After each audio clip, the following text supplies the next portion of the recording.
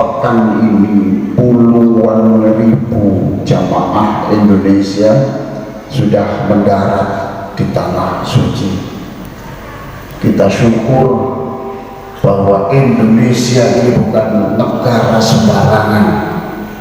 Negara kita ini negara yang berwibawa, karena kita ini negara yang mengirimkan jamaah haji terbanyak di dunia. Alhamdulillah, peningkatan ekonomi masyarakat, peningkatan kesejahteraan masyarakat juga disertai dengan peningkatan iman dan takwa, sehingga setiap tahun jumlah orang yang ingin melaksanakan haji itu bertambah terus. Bahkan pada tahun ini, orang yang daftar tahun ini baru bisa menginjakkan kaki Makkah 1 abad yang akan datang, kira-kira 100 tahun. Kita doakan mudah-mudahan perjalanan mereka pulang pergi selamat. Tidak hanya selamat perjalanannya, perjalanan sampai ke liang kubur, sampai ke surga selamat. Yang mengamini doa ini juga mudah-mudahan selamat dunia dan akhirat. Hadirin sekalian, ada 2 nabi yang diberi predikat uswah hasanah di dalam Al-Quran, yaitu Nabi Muhammad Sallallahu Alaihi Wasallam dan Nabi Ibrahim Alaihi Salam. Diterangkan di dalam surat Al-Mumtahanah ayat 4, qad kanat lakum uswatun hasanah fi Ibrahim walladzina ma'ah. Sungguh ada uswah hasanah. Uswah hasanah itu teladan, percontohan, idola yang ada pada Nabi Ibrahim alaihissalam dan orang yang menyertainya. Hadirin, 2 nabi, Nabi Ibrahim alaihissalam dan keturunannya Nabi Muhammad Sallallahu Alaihi Wasallam sama-sama uswatun hasanah. 2 nabi itu kita sebut setiap kita tasyahud.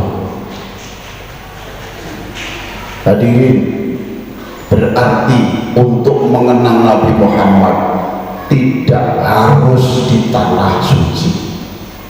Untuk mengenang dan tekad meniru Nabi Muhammad Sallallahu Alaihi Wasallam dan Nabi Ibrahim Alaihissalam tidak harus di Makkah. Di Makkah bisa, di Amerika bisa, di Madiun bisa, di Madinah bisa, di Breda bisa, di Belgia bisa, di Kali Kepiting bisa, di California bisa. Sebab kita selalu memanggil 2 nama Nabi itu.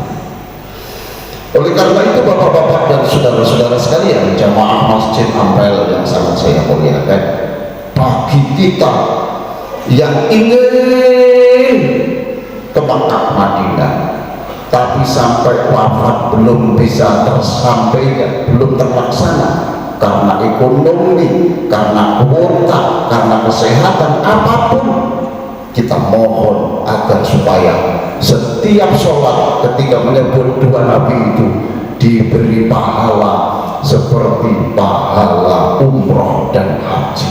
Amin ya rabbal alamin. Jamaah sekalian, apa saja contoh yang harus kita ambil dari Nabi Ibrahim alaihissalam itu? 1, Nabi Ibrahim itu adalah nabi yang bertipe labbaik. Labbaik itu artinya saya dengar, saya laksanakan, tidak ditunda sama sekali. Syekh Sya'rani, Abdul Wahab Asy'arani mengatakan, Mengapa Nabi Ibrahim itu berkhitan dengan kapak? Bukan karena di situ tidak ada pisau yang kecil, bukan karena usianya sudah tua sehingga harus kapak, bukan. Tetapi ketika diperintahkan khitan itu, yang ada di sebelahnya hanya kapak. Dia tidak mau menunda satu detik pun, tidak mau untuk mencari pisau. Sekarang diperintahkan, laksanakan. Itulah artinya labbaik, aku dengar dan langsung aku kerjakan. Hadirin sekalian, kita semua yang sangat saya hormati ini, yang mudah-mudahan dirahmati Allah, setahap demi setahap harus menjadi orang yang labbaik, perintah datang kerjakan. Ingin silaturahim, kerjakan, jangan ditunda. Ingin baca Quran, kerjakan, jangan ditunda. Ada azan, kerjakan, jangan ditunda. Itu namanya pribadi yang labbaik, pribadi yang meniru Nabi Ibrahim, mendengar langsung dikerjakan. Maka di sana selalu itu labbaik Allahumma labbaik, labbaik la syarika laka labbaik, innal hamda wan ni'mata laka wal mulk la syarika lak. Hadirin, kita tidak boleh menjadi orang yang tidak tahu malu. Kalau minta kepada Allah itu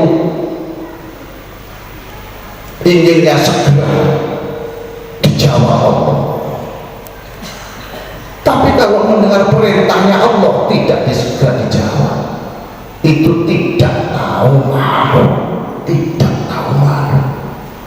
Maka Ibnu Athaillah mengatakan, la tutalib rabbaka bita'akhuri matwadik, talib nafsak bita'akhuri adabi.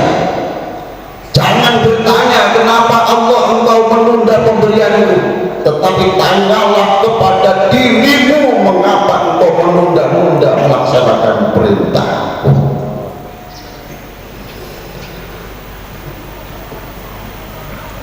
Tauladan yang kedua dari Nabi Ibrahim adalah Nabi Ibrahim itu mementingkan panggilan Allah daripada panggilan lainnya. Yang disembelih itu tidak hanya hewannya, yang disembelih itu adalah rasa egonya, kepentingan pribadinya itu disembelih. Tidak boleh, orang harus berpikir kepentingan orang lain. Hadirin, negara kita ini insya Allah cepat maju, cepat sejahtera jika tokoh-tokoh kita itu berpikir untuk negara itu nomor satu. Selama ini masih ada beberapa yang berpikir partainya melebihi negara, kelompoknya melebihi kepentingan negara. Kita harus mencontoh Nabi Ibrahim alaihissalam.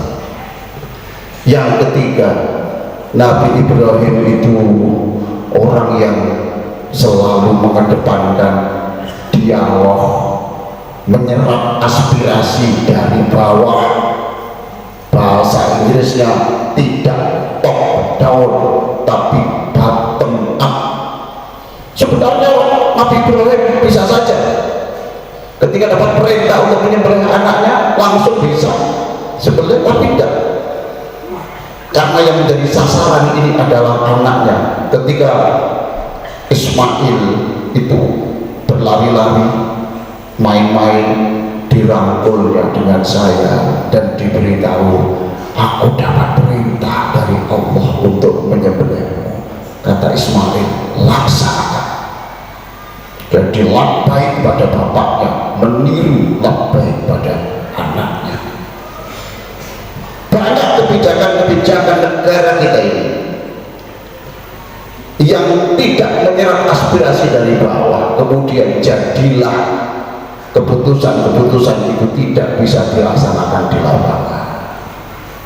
Terakhir, contoh yang harus kita tahu dari Nabi Ibrahim itu adalah Nabi Ibrahim adalah nabi yang dapat predikat Abu Dhaifan, orang yang setiap ada tamu itu disembelihkan kambing, sapi atau unta, menghormati tamu.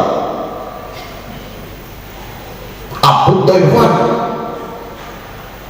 hadirin, Arab Saudi itu kaya, tapi kekayaan kalau itu berdasarkan minyak nanti habis. Tapi kekayaan itu kalau bersumber dari orang-orang yang ziarah ke Makkah dan Madinah, membawa uang dari seluruh negaranya ke sana, inilah yang disebut wisatawan agamis, dan ini yang memberikan sumber devisa negara. Kita kalau ingin negara kita kaya lagi, kita harus meniru Nabi Ibrahim, harus pandai menghormati tamu-tamu dari luar negeri. Wisatawan luar negeri kita berikan penghormatan. Apa sebab?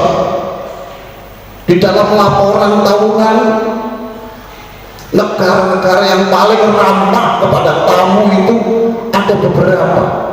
Nilainya itu 6,6 sampai 6,8. Indonesia belum sampai ke taraf itu, tapi lumayan, sudah pada nilai 5,8. Hadirin, sebagai penutup, sekali lagi kita harus meniru keteladanan Nabi Ibrahim. Yang pertama, menjadi manusia labbaik, mendengar, kerjakan. Nomor dua, mementingkan kepentingan umum daripada kepentingan pribadi, luar biasa. Nomor tiga, jadilah orang yang selalu bisa mendengar aspirasi dari bawah. Dan yang keempat, jadilah bangsa yang paling menyenangkan siapapun tamu yang datang di Indonesia. Pantaslah. Di dalam Al-Baqarah ayat 126, di situ Allah memuji Nabi Ibrahim.